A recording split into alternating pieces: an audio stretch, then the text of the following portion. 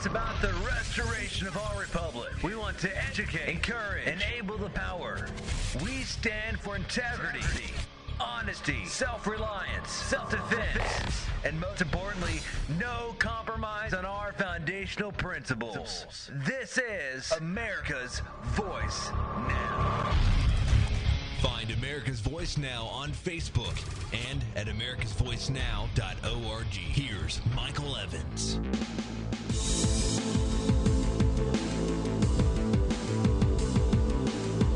Good morning, America. You're listening to America's Voice Now. My name is Michael Evans. I'll be your host this morning. If you're just joining us, and I'm so glad to have you on board with us this morning, we're halfway through our program, and we're going to, for the next two segments, which are very, very important ones, I'm going to ask you to ride with us this morning, and I want you to wear a critical thinking cap. I'm not saying I've got all the answers here, but this is a very, very important issue, and I would like to see, and listen, I'm no brilliant genius or anything along those lines, but I've been talking about this program for a national ombudsman for quite some time. And I'd like to enlist your help to bring it about. And I'd also like you to make sure that you share this video and this project with others. In fact, because these two segments are connected, I'm not going to actually break the video in between. So there's only going to be 3 episodes today, not 4. I know that's a break, but it's the way it is. Here's what this is going to discuss. First of all, we have a problem in the country. And that is that, and you can look at any one of these scandals and recognize what the problem is. We have government agencies that are completely and totally outside of the boundaries of what anyone would consider to be appropriate behavior, appropriate spending. They are being used by the administration as weapons against the citizenry of the nation on both sides of the political aisle. This is not a partisan discussion. This is not a partisan issue. I don't believe either party represents us, so let's get that up front. If you're a Democrat, I don't believe that the Democrats represent us. If you're a Republican, I'm telling you right now, they don't. Okay? So I want you to understand something before we get started. And if you're just brand new to this program, recognize something. I am not a partisan. I am a patriot, and there's a big difference. I want what's right for America, and the only way we're ever going to get that is to have accountability in our government. It's not an ideological issue. So recognize right up front that both Democrat and Republican parties have long betrayed us. This duopoly system that's been in play for 150 years, it's a monopoly. And it's no less a monopoly because there's 2 parties. The truth of the matter is we have not been able to break the hold on Republican and Democrat for the last 150 years. And it's done nothing but destroy our nation. What we have are agencies, and I give you an example of the Department of Homeland Security. I'm going to give you an example of the Internal Revenue Service. I'm going to give you the example of the Department of the Interior. I'm going to give you examples of agencies that have way overreached their boundaries constitutionally and practically. And the point of all of this is that I want you to understand that the role of what an IG is. That's an inspector general, and every agency has an inspector general. The problem is that they are utterly failing at their duty. I posit the example here of the IG for the Department of Homeland Security. Now, he's supposed to be the watchdog on behalf of the people. His job is to monitor what the Department of Homeland Security does, or monitor the IRS, or monitor the Department of Education. Every agency has one, and I don't care what agency it is. The EPA has one, the Department of Energy, the Department of Education, the Department of whatever. All agencies have them.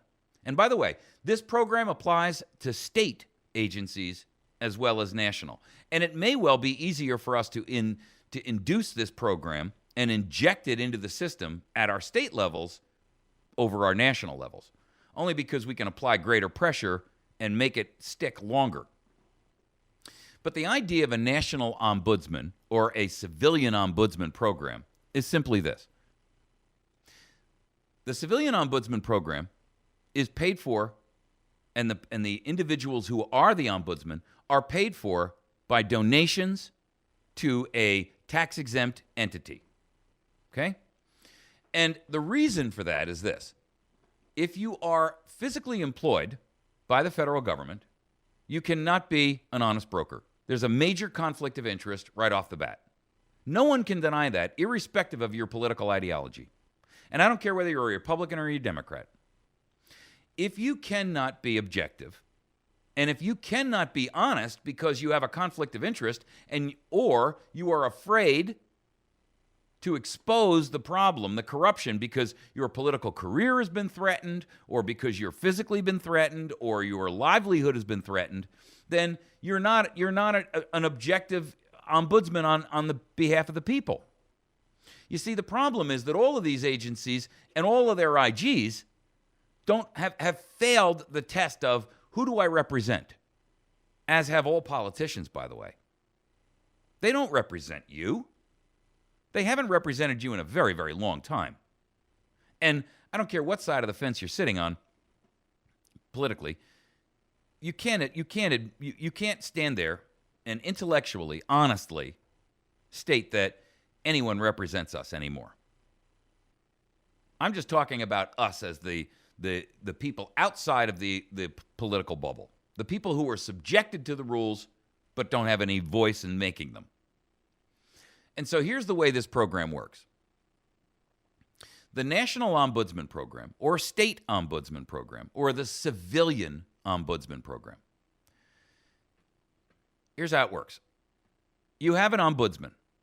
These people are retired, and they are typically retired from areas of expertise in whatever department or agency they're going to be assigned to. So, for an example, if this is going to be an ombudsman that's going to be appointed to the EPA, one, we don't want them having retired from the EPA because that's immediately a conflict of interest as well. They're going to know everybody in the EPA, and that leads to cronyism and favoritism and nepotism and blah, blah, blah, blah, blah, isms, okay?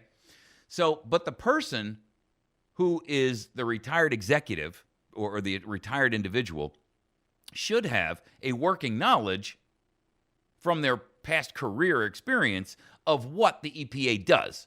Now, they can be in different segments of the EPA because the EPA is a massive organization, as is the IRS as an example. So the people, let's say for an example, who would be the ombudsman for the IRS, they would have to be people with a very, very strong accounting background or a financial background or a background in investigation, okay?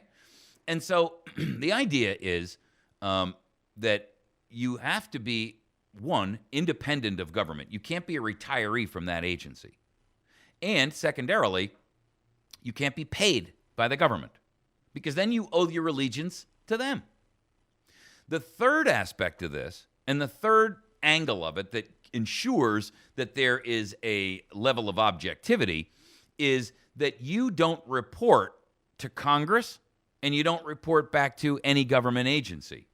You report as an ombudsman directly to the American public.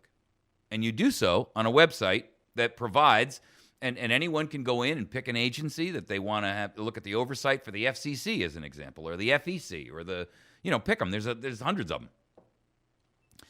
So these ombudsmen write their reports about their investigations, and they submit their reports not to government. Government finds out when you find out. How's that? And to ensure that they are effective, they have absolute 100% clearance. So there is no limitation on what they can see, where they can go, what they can do. Okay? The idea, now, and I get that there's going to be general questions that will be raised that says, well, wait a minute, how do you employ that? How do you resolve that problem? When you're talking about things that are national security secrets, right? Who's going to be the ombudsman against the CIA or the NSA? By the way, if we had an NSA ombudsman, a civilian ombudsman in the NSA, do you think this would have happened?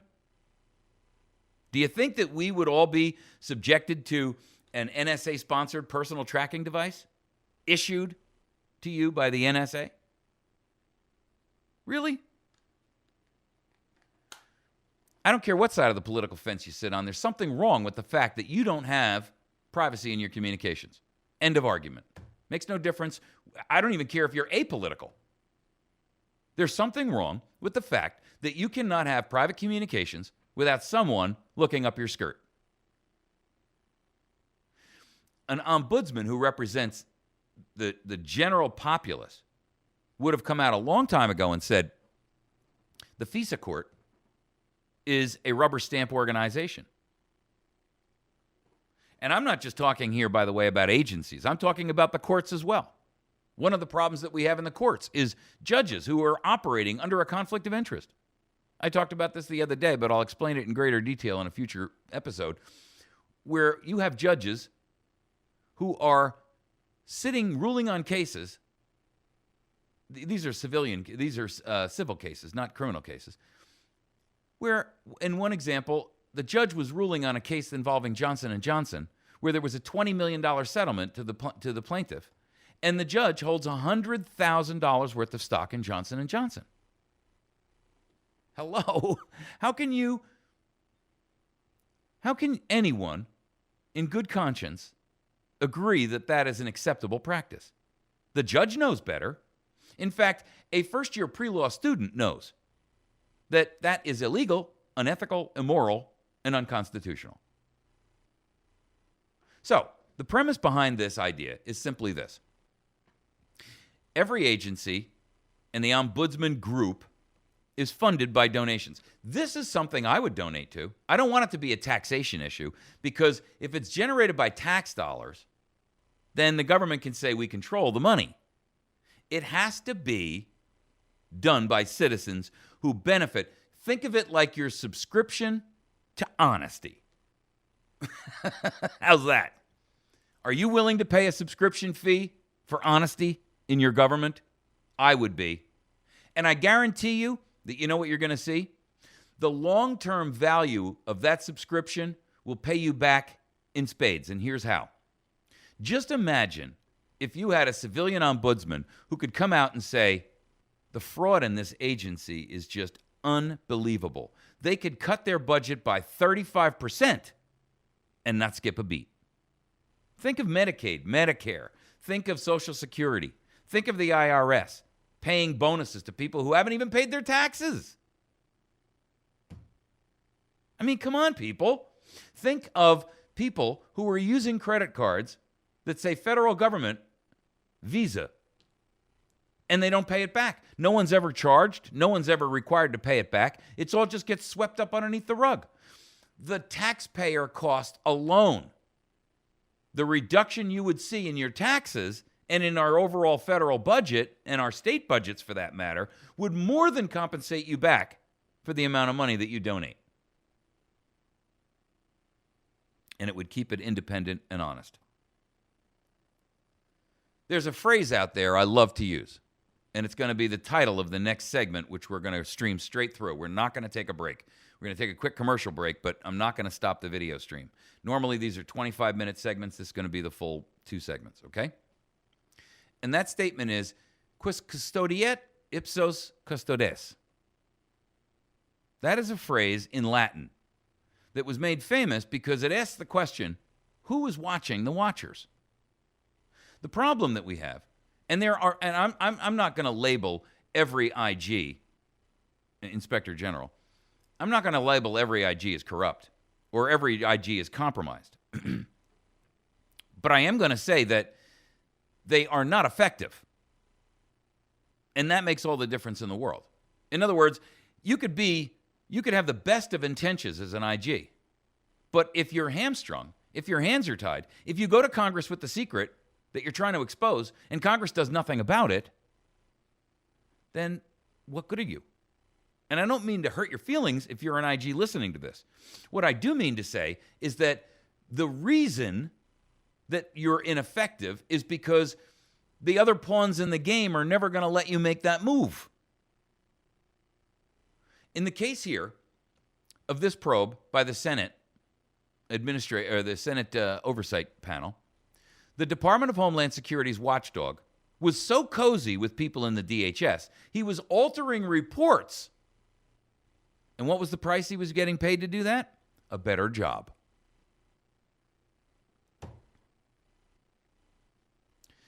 The top watchdog for the Department of Homeland Security altered and delayed investigations at the request of senior administration officials, compromising his independent role as an inspector general. Charles Edwards, who served as an acting DHS inspector general from 2011 to 2013, routinely shared drinks and dinner with department leaders and gave them inside information about the timing and the findings of outside investigations, according to a report from an oversight panel. A year-long bipartisan investigation by the panel found that Edwards improperly relied on the advice of top political advisors to then Homeland Security Secretary Janet Napolitano and acquiesced to their suggestions about the wording and the timing of 3 separate reports he did. If he's the cop who's supposed to be looking out for us, what good is he if he's going there to the mob and he's taking the mob's word for whether or not they've committed a crime? If he's allowing the mob to buy him dinner, if he's allowing the mob to buy him drinks, if he's allowing the mob to promise him, if you make the report go this way, we'll make sure that you get the next job. That's not a conflict of interest, folks. That's bribery. That's a crime. You think something will happen to this man? I'll bet you $1 to donuts it doesn't. Nothing will happen. He may be relieved of his role, but he should be walking in handcuffs, attempting to hide his face from cameras. Where is the intrepid journalists, the alleged investigative journalists that should be looking into this, that should have found this and done this without the Senate? You see, an ombudsman program will break the back of the monopoly on information. Now, I get it. You're going to have some challenges because the government is going to try to button down. They're going to try to hunker down and say, everything is national security. You can't talk about that. I disagree, and I believe that there's a way around that. The problem is going to be we need a core constituency group of individuals, a critical mass, if you will, a nucleus to set off the detonation of public outrage enough to force the principle and the concept of civilian ombudsman. I'm going to give you this example quickly, and I gave it in the first segment we did this morning, so bear with me if you watched our first portion. If you were the venture capitalist in a large corporation and you said, this company has come to me, they've got a great product, they appear to have a good management team, they've got a track record, they've created a brand new product that they believe, and I now believe as well after having seen their business plan, that's going to take off and make a lot of money. And they need $5 million to build a brand new factory and put it into production and get this thing out there and distribute it. And so I agree as an investor that I will put in $5 million. After a couple of years, I realized that what I was given was a bag of tricks and that these people are incompetent, that they are inept, that they are corrupt, that they're all driving around in brand new Porsches and I don't have any money left. They're claiming that we're about to go bankrupt, that the product has never actually come out of a prototype, that it's never actually been produced.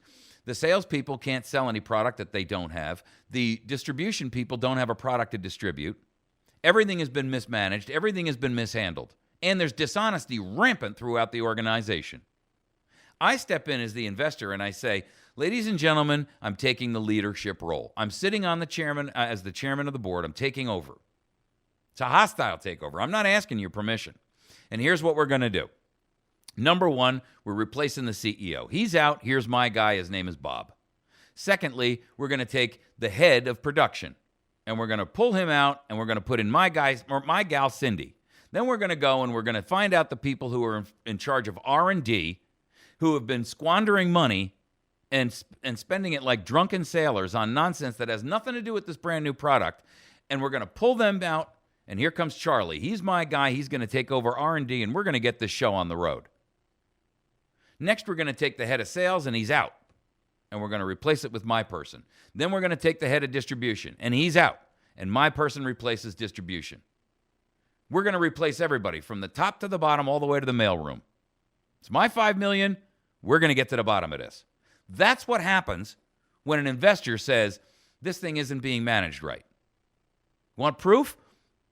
Go look at any venture capital firm and see what their terms are. Their terms are generally, they would never let it get to that point. But the fact of the matter is we have, so now we have to take extraordinary action.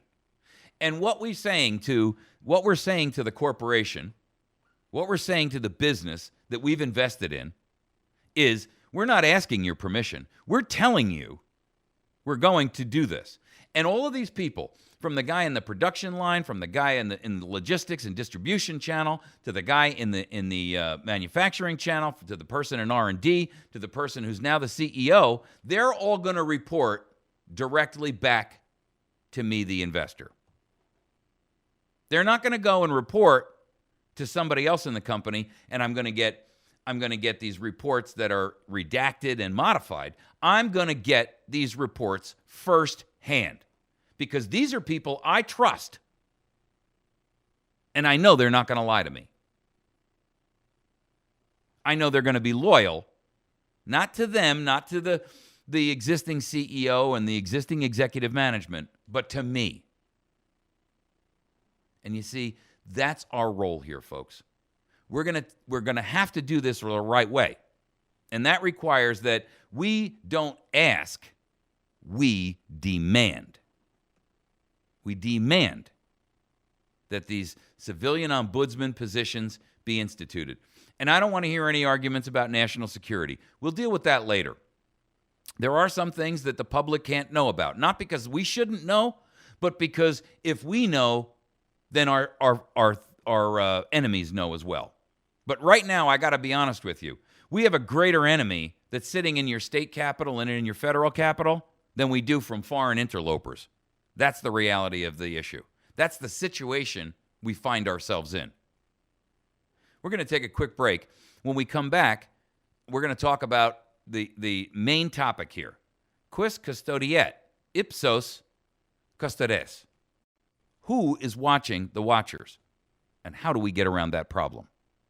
I believe that a civilian ombudsman program, and I'm inviting you to help create this, to help write the framework, to help develop the concept so that we can take it on a state and or national basis. I believe we may have far more success initially on a state basis. We can apply far greater pressure there. But I got to tell you, if you're a partisan, if you believe that this has got to be controlled and run by Democrats or it's got to be controlled and run by Republicans, then do us all a favor and don't play. We don't really want that kind of participation. We want participation from people who are earnestly interested in doing the right thing by our nation. You can email me directly with your ideas and your feedback to mike@americasvoicenow.org. That's mike@americasvoicenow.org. You can also visit our website, americasvoicenow.org. We're going to take a quick break for a commercial. We're not going to stop the video, so just stick with us here for a moment. We'll be right back, and then we can address the second issue of who is actually watching the watchers? What does an IG do? And how do we get around that? Hang on.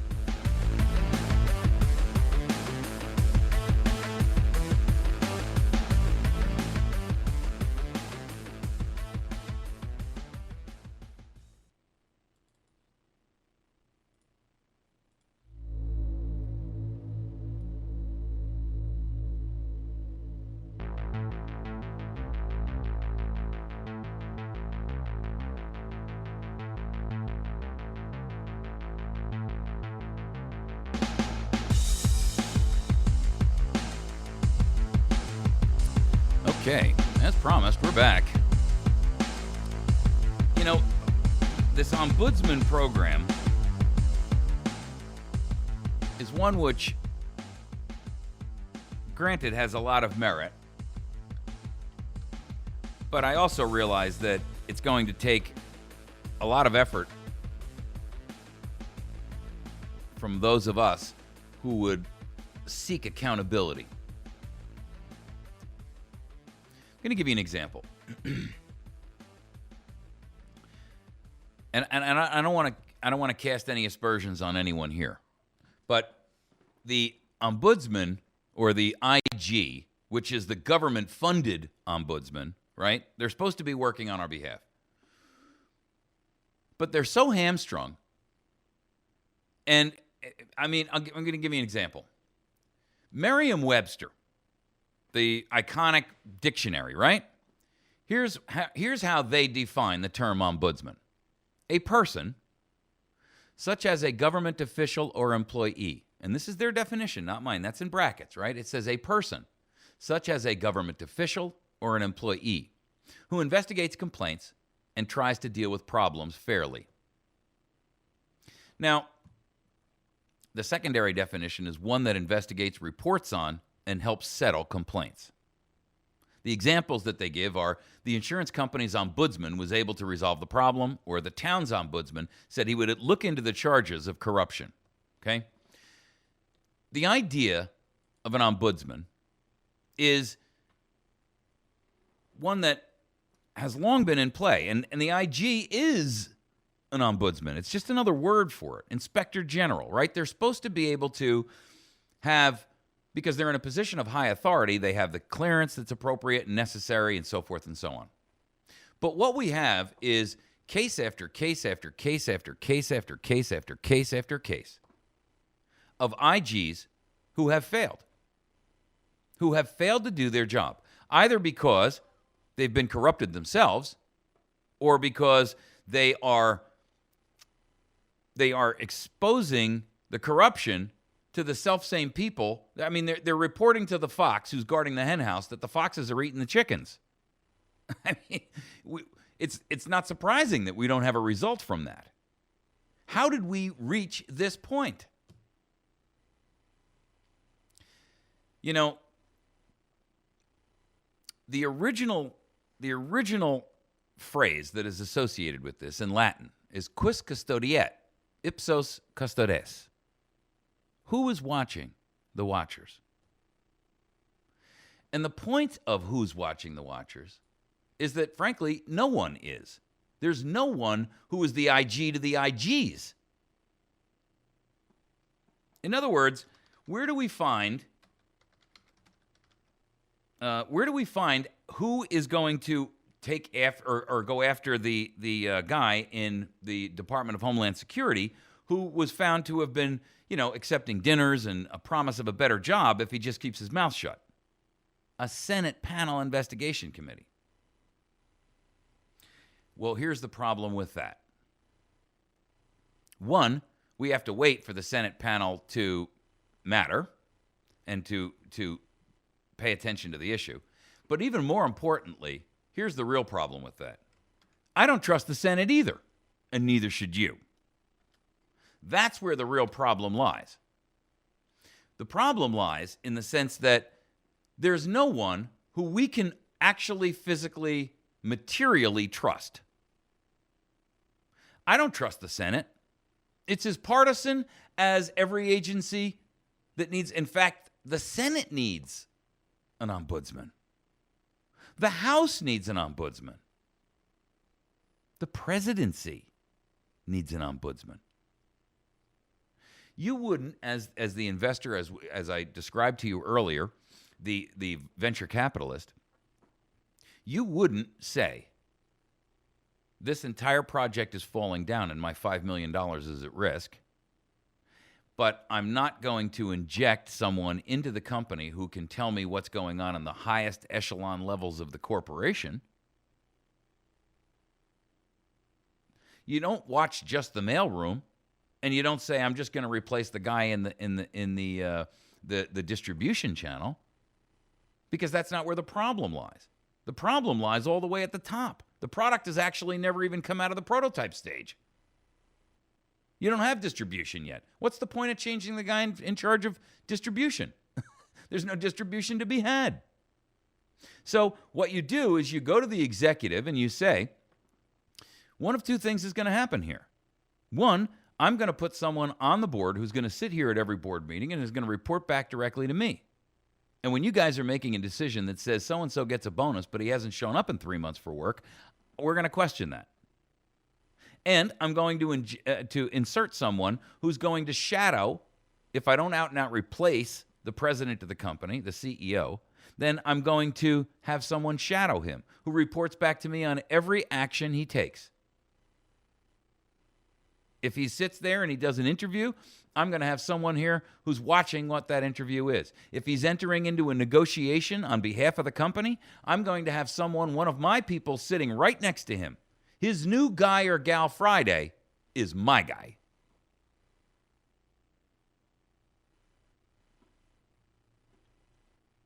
Now, we've seen ombudsmen effectively work as IGs before. But I'm going to give you some examples of where they've failed. The IRS. I mean, ultimately, it was the IG who brought out the fact that they were doing this. But how did it get so far down the road that it was so out of control that we now know that 10% of all the people who were donors to those Tea Party organizations were audited, as opposed to the less than 1% on average? Ladies and gentlemen, you can't say that there's not something wrong with that picture. And why didn't the IG pick it up before? The next issue we can talk about is the Fast and Furious. Who's the IG in charge of the Department of Justice? Who's looking out for us when we've got Eric Holder, who has himself been found in contempt of Congress? And the legal process is when you are found in contempt of Congress, you are then indicted by the U.S. attorney in the district in which it's happened, which would have been Washington, D.C. Lois Lerner was just found guilty of, or was just voted to be held in contempt of Congress, just like Eric Holder, criminally and civilly, for failure to appear and testify. Eric Holder for failure to produce documentation. The next step is an indictment in the District of Washington, D.C. The problem is that the U.S. attorney works for the Department of Justice, and so he's never indicted Eric Holder, which is why Eric Holder is still walking around a free man and is not sitting in jail waiting until someone says, Eric, we're going to get you out of there. We're going to produce the documents. Lois Lerner is not going to go to jail. You watch and see. This U.S. attorney, who is a toady and a partner of Eric Holder's, he is going to make sure that they find every reason not to indict her. You watch and see. That's what will happen. The rest of this stuff that's going up on Capitol Hill is all theater, folks. We cannot trust that these agencies and nor Congress itself will monitor. Congress is just as corrupt as the agencies. Look at them. Look at them.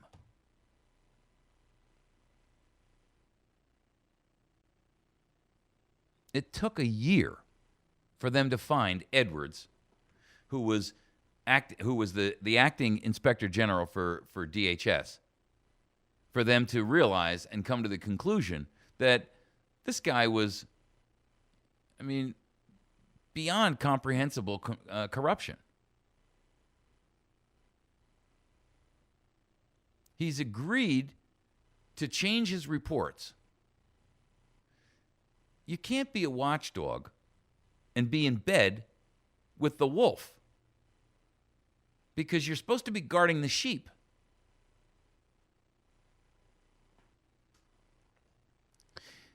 This article here in Washington Post, and Washington Post, by the way, is no great friend of conservatism, right? So, remember, folks, this is not a partisan issue. I know some of you may disagree with me on Eric Holder. I think Eric Holder is probably one of the most partisan ideologues in the nation. And I don't care if the guy was a Republican. If he was as dirty as he is, I would demand his ouster no matter what. Edwards' actions occurred while he was seeking President Obama's nomination to be the permanent inspector general overseeing DHS, who has a $39 billion budget and 225,000 employees.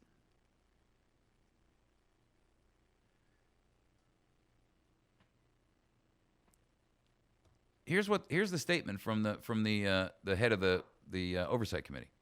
We found that Mr. Edwards was a compromised inspector general who was not exercising real oversight. Any report generated out of his office would be suspect. Now, Edwards had a 20-year federal career. He was a career employee. I mean, this is a guy who's never held a job outside of government. His expertise is in computer engineering. And he resigned his office 3 days before he was scheduled to appear before the Senate committee to explain himself. That's pretty... And nothing will happen. So here's the problem. The solution to this is that we create a national civilian and a state civilian ombudsman program. Do you think the EPA, and the EPA has ombudsman or IGs, and yet the heads of EPA were using private email accounts? They've been, and arguably the science that they're using is commissioned to accomplish their abuse of the Clean Water Act and the Clean Air Act. They're trying to, utilize those two actions to take over land all over the nation, private land, or have access to control over it. Folks, please don't think that this matters whether you sit on one side of the fence or the other. That's wrong. Private property and your ability to do with it as you choose is one of the basic foundational hallmarks of a free nation. And it doesn't matter whether you're a Republican or a Democrat. Black, white, Christian, Jewish, Muslim, doesn't make any difference.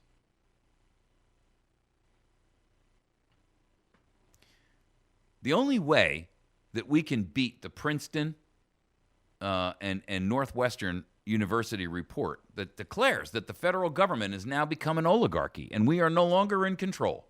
They call it a corporatocracy. That's their words, not mine. Is to put people in place who will be able to report directly back to us and say, this is not going to fly. So here's what I'm proposing, and I want your help. I want your feedback. I want you to help me design this thing, one, so that it's foolproof, and two, answer some questions that are clearly going to be difficult. How do we get around the issues of real national security? Now, I'm not talking about this faux national security that they apply to whether or not Lois Lerner was investigating, wrongly investigating individuals. That's not national security. No Al-Qaeda terrorist really gives a whoop one way or the other whether or not Lois Lerner was investigating this person or that person. So the claim that it's national security is a canard. It's a false flag. It's a false flag of surrender. What we do need is the ability to say and have a national ombudsman who can say, all right, I get it when we're talking about agencies that truly have national security implications that there's a limit to what they can expose publicly. I get that. Not because you are untrustworthy with that information, but because in order for you to have it, other people have to have access to it that we truly don't want. And so I'm not one of these people that says you can't ever have a national secret. But I am one of these people who says everything can't be a national secret, and that seems to be the course of the choice we've taken. I mean, we've everything is now a national secret. Everything is under national security. Everything is redacted. These reports we got back on Benghazi that, first of all, just for the record, just so you understand the implications of this, the issue on Benghazi, those emails that were released to the House Investigatory Committee, one of them, were redacted. In other words, everything was blacked out. You couldn't see who the email came from, who it went to. You couldn't read the subject line. You couldn't read almost anything in the body of the email other than the word the and is. I mean, it was a joke. It was like a completely blackened document. Judicial Watch, a non-governmental organization that's volunteer and a citizen-based ombudsman program, but a law firm, filed a Freedom of Information Act. It was denied. They sued. The judge found on their behalf, and they got the information. They got the same memo, but none of it was redacted. So here's the problem. You can't even get Department of State to tell Congress, who's charged legally with overseeing them, what's really happening in their organization. That's where an ombudsman would make all the difference. The ombudsman could come out and say, and here's how you get around the national security challenge.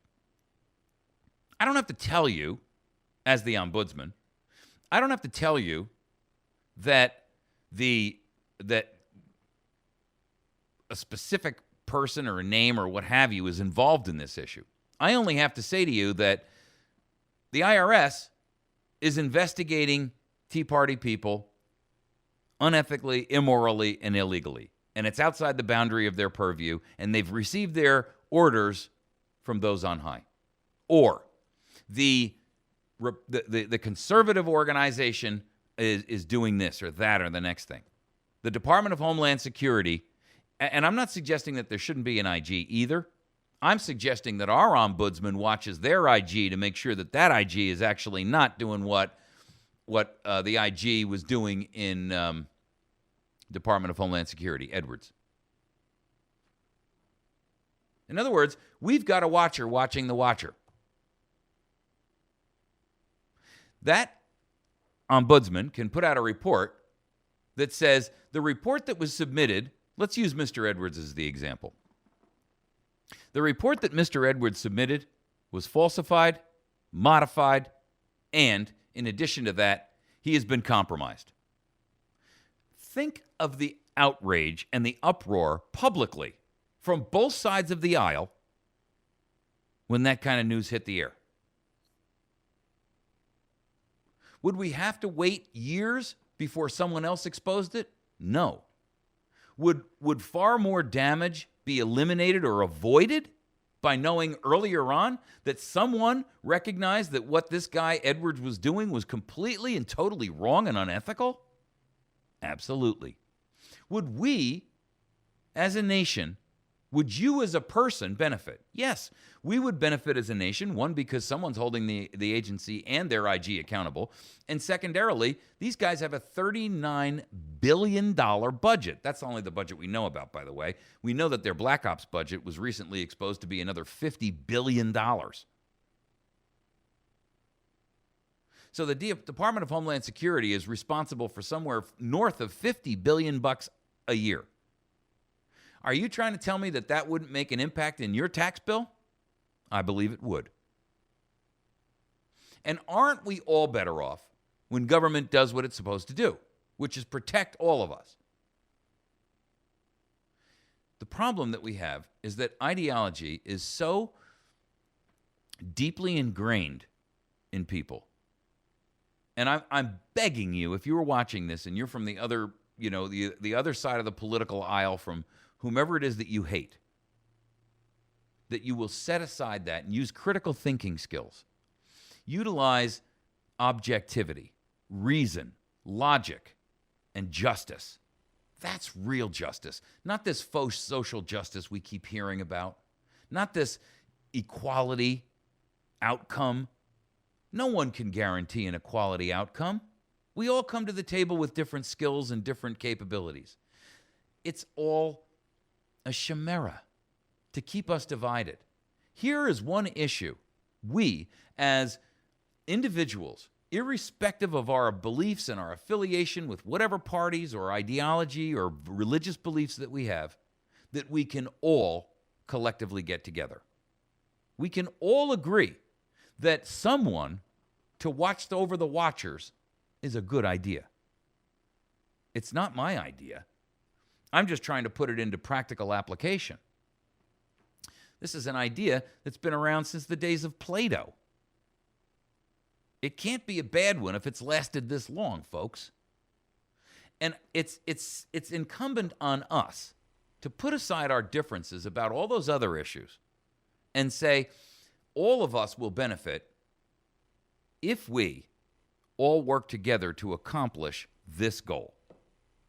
And that goal is instituting a civilian ombudsman program on state and national levels. And it can apply in as small as your city council. I mean, it doesn't have to be at the level of the Department of Homeland Security. In fact, I suggest that we'll have far more success if we try to institute it in smaller organizations. Maybe there's an ombudsman in county government. Maybe the ombudsman needs to be at your state house and in your your Department of Natural Resources and your motor vehicle departments and your departments of taxation in your own given individual states. That's where it needs to start. Let the thing snowball. Let people see its result and then say, wow. First of all, it also eliminates the challenge of everything being a national secret because, county government is not a secret, and it shouldn't be. Neither should state business. Someone has to look out for us. And clearly the IG is a conflict of interest from Jump Street. You cannot be an honest broker when you are paid by the person you're supposed to be watching. No one can believe in the objectivity of that person. I'm not going to say this is going to be easy. I know it's going to be fraught with difficulty. I know it's going to be fraught with challenges and questions that have to be resolved before it can be instituted. But I'd like you to get on board. I'd like you to help me with this. I'd like you to help us. This is something that accountability is so important to our republic and to our ability to function. You see, in the marketplace, under true capitalism, the marketplace becomes a bit of an ombudsman. But in this case, because government holds police power, it's a different circumstance. Monopolies can only exist because of government power. You've never seen a monopoly, by the way, ladies and gentlemen. You've never seen a monopoly that existed outside of government authority. Monopolies are brought into existence and given birth and then given authority to operate by government. They are the creation of government. A monopoly cannot exist without it because somebody's always willing to step up and sell you that widget for less. Produce that widget for less. Figure out a way to make it or sell it or distribute it for less. Always. No one can own a market. The problem is, with government, they own it all. And it's a secret, closed society to us. And yet we're all subjected to the decisions and the policies that are made and put in place.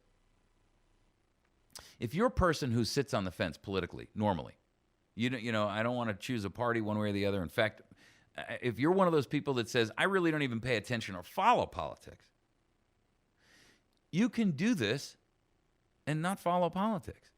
How cool is that?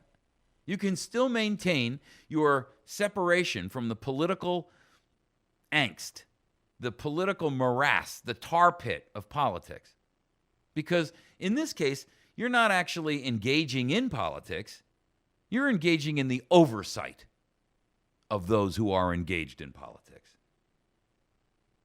You're engaged only to the extent that you're making sure that they're an honest broker on our behalf. And I think that's a win-win situation.